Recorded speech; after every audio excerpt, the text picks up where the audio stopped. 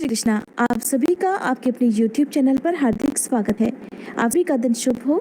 रसपान कीजिए आज की कथा का, जिसमें आज आप रसपान करेंगे भद्र ब्राह्मण की कथा तथा ज्येष्ठ मास में सूर्य मंदिर में दीपदान करने के फल के बारे में। श्री ब्रह्मा जी बोले, हे विष्णु, जो ज्येष्ठ मास में सूर्यदेव के मंदिर में दीप प्रज्वलित करता है उसे संपूर्ण यज्ञों का फल प्राप्त हो जाता है और वह तेज में सूर्य के समान तेजस्वी होता है। अब मैं आपको भद्र ब्राह्मण की कथा सुनाता हूँ, जो समस्त पापों का नाश करने वाली है। उसे आप सभी सुनिए। प्राचीन काल में महिष्मती नाम की एक सुंदर नगरी में नाग शर्मा नाम का एक ब्राह्मण रहा करता था। भगवान सूर्य की प्रसन्नता से उसके 100 पुत्र हुए। सबसे छोटे पुत्र का नाम था भद्र।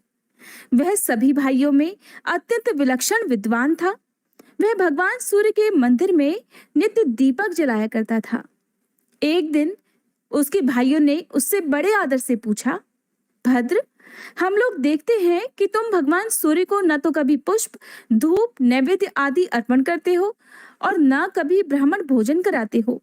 केवल दिन रात मंदिर में दीप जलाते रहते हो। इसमें क्या कारण है? हमें भी तो बताओ।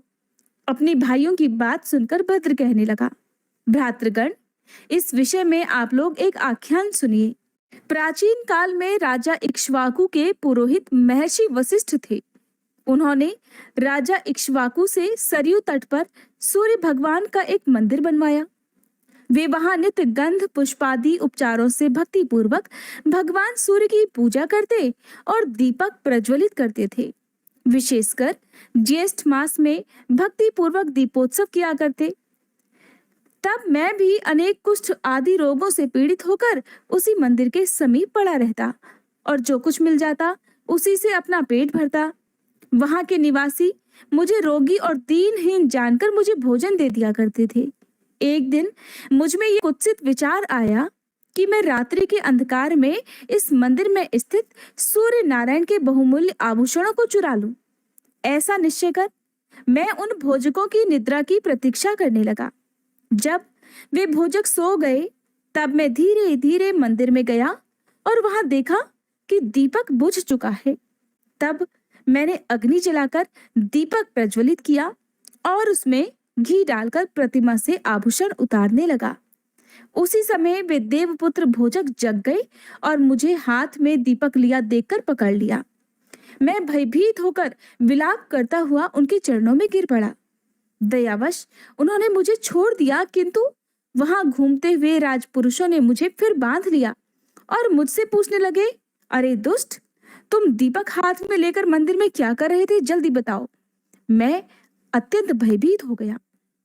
उन राजपुरुषों के भय से तथा रोग से आक्रांत होने के कारण मंदिर में ही मेरे प्राण निकल गए। उसी समय सूर्य भगवान के गण मुझे विमान में बिठाकर सूर्य लोक ले गए और मैंने वहां एक कल्प तक सुख भोगा और फिर उत्तम कुल में जन्म लेकर आप सबका भाई बना। बंधुओं, ये ज्येष्ठ मास में भगवान सूर्य के मंदिर में दीपक जलाने का फल है। यद्यपि मैंने बुद्धि से आभूषण चुराने की दृष्टि से मंदिर में दीपक जलाया था, फिर भी उसी के फलस्वरूप इस उत्तम ब्राह्मण कुल में मेरा जन्म हुआ तथा वेद शास्त्रों का मैंने अध्ययन किया और मुझे पूर्व जन्मों की स्मृति भी हो गई। इस प्रकार उत्तम फल मुझे प्राप्त हुआ। दुष्ट बुद्धि से भी घी द्वारा दीपक जलाने का ऐसा श्रेष्ठ फल देखकर अब मैं नित्य भगवान सूर्य के मंदिर में दीपक जलाता रहता हूँ। भाइयों, मैंने ज्येष्ठ मास में ये दीपदान का संक्षेप महात्म्य आप लोगों को सुनाया। इतनी कथा सुनाकर श्री ब्रह्मा जी कहने लगे, हे विष्णु, दीपक जलाने का फल भद्र ने अपने भाइयों को बताया। जो पुरुष सूर्य के नामों का जप करता हुआ मंदिर में ज्येष्ठ के महीने में दीपदान करता है, वह आरोग्य, धन, संपत्ति, बुद्धि, उत्तम संतान और जाति स्मृत्व को प्राप्त करता है। षष्ठी और सप्तमी तिथि को जो प्रयत्न पूर्वक सूर्य मंदिर में दीपदान करता है, वह उत्तम विमान में बैठकर सूर्य लोक को जाता है। इसलिए भगवान सूर्य के मंदिर में भक्ति पूर्वक दीप प्रज्वलित करना चाहिए। प्रज्वलित दीपकों को न तो बुझाए और न ही उसका हरण करे। दीपक हरण करने वाला अर्थात दीपक चुराने वाला पुरुष अंधमूषक होता है। इस कारण कल्याण की इच्छा वाला पुरुष दीप प्रज्वलित करे और कभी उसका हरण ना करे। अब जानिए यमदूत और नारकीय जीवों के संवाद के प्रसंग में सूर्य मंदिर में दीपदान करने और दीप चुराने के पुण्य पापों के परिणाम के बारे में। श्री ब्रह्मा जी बोले, हे विष्णु, एक समय घोर नरक में पड़े हुए भूखे, आर्त, दुखी और विलाप करते हुए जीवों से यमदूत ने पूछा, मूर्जनों, अब अधिक विलाप करने से क्या लाभ होगा? प्रमादवश तुम सब ने अपनी आत्मा की उपेक्षा कर रखी है। पहले तुम सब ने ये विचार नहीं किया कि इन कर्मों का फल आगे भोगना ही पड़ेगा।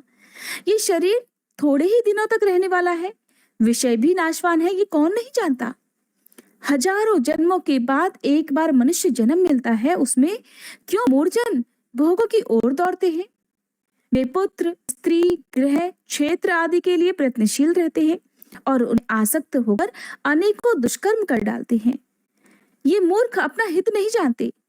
वे ये भी नहीं जानते कि सूर्य, चंद्र, काल तथा आत्मा ये सभी मनुष्य के शुभ और अशुभ कर्मों को देखते रहते हैं, अर्थात साक्षीभूत हैं। न केवल एक जन्म अपितु सैकड़ों जन्मों में भी पुत्र, स्त्री आदि के लिए जो जो कर्म किया जाता है उसे अच्छी तरह से ये जानते रहते हैं।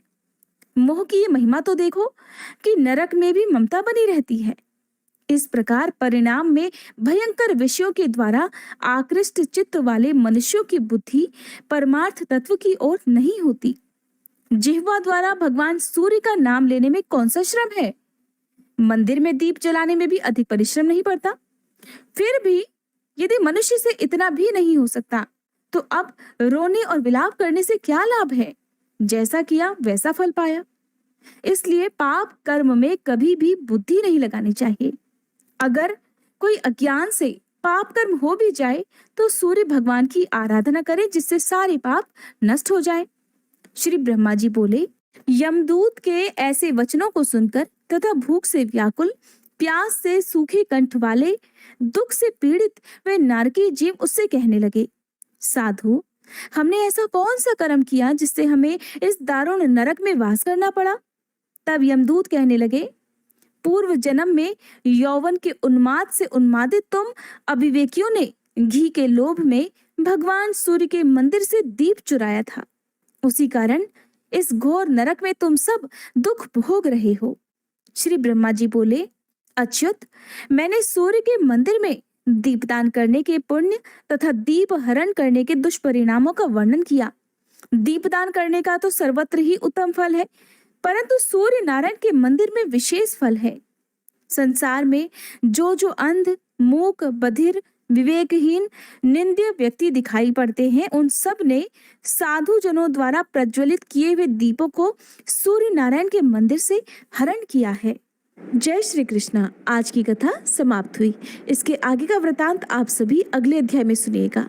अगर ये कथा भी आपको पसंद आई हो तो प्लीज वीडियो को लाइक करना मत भूलिएगा।